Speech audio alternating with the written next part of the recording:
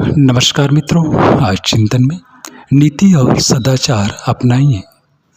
हम प्रशंसा और निंदा करने में, सम्मान और तिरस्कार करने में थोड़ी सावधानी बरतें तो लोगों को कुमार्ग पर न चलने और सत्पथ अपनाने में बहुत हद तक प्रेरणा दे सकते हैं।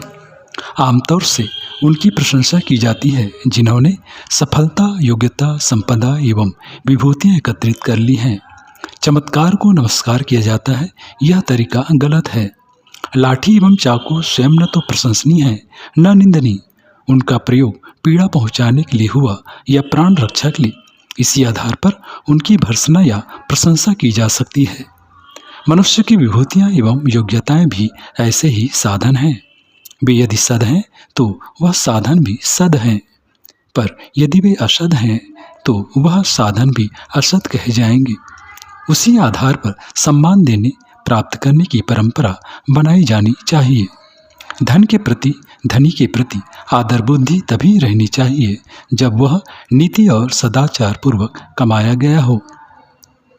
यदि अधर्म और अनीति से उपार्जित धन द्वारा धनी बने व्यक्ति के प्रति हम आदर की दृष्टि रखते हैं तो इससे उस प्रकार के अपराध करने की प्रवृत्ति को प्रोत्साहन भी मिलता है और इस दृष्टि से अपराध वृद्धि में हम स्वयं भी भागीदार बनते हैं।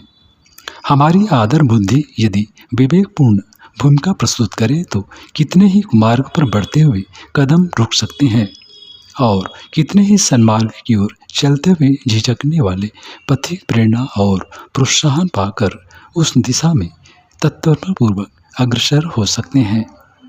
जिन लोगों ने बाधाओं को सहते हुए भी अपने जीवन में कुछ आदर्श उपस्थित किए हैं, उनका सार्वजनिक सम्मान होना चाहिए।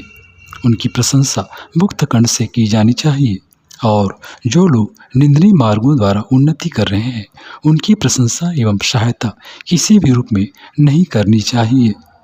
अवांछनीय कार्यों में सम्मिलित होना भी एक प्रकार से उन्हें प्रोत्साहन देना ही है, क्योंकि श्रेष्ठ पुरुषों की उपस्थिति मात्र से लोग कार्य में उनका समर्थन मान लेते हैं और फिर स्वयं भी उनका सहयोग करने लगते हैं।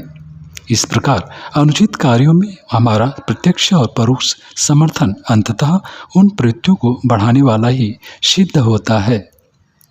मित्रों, बेईमानी से करोड़पति बना व्यक्ति भी हमारी दृष्टि में तिरस्कृत होना चाहिए और वह असफल और गरीब व्यक्ति जिसने विपन्न परिस्थितियों में भी जीवन के उच्च आदर्शों की रक्षा की, उसे प्रशंसा, प्रतिष्ठा, सम्मान और सहयोग सभी कुछ प्रदान किया जाना चाहिए।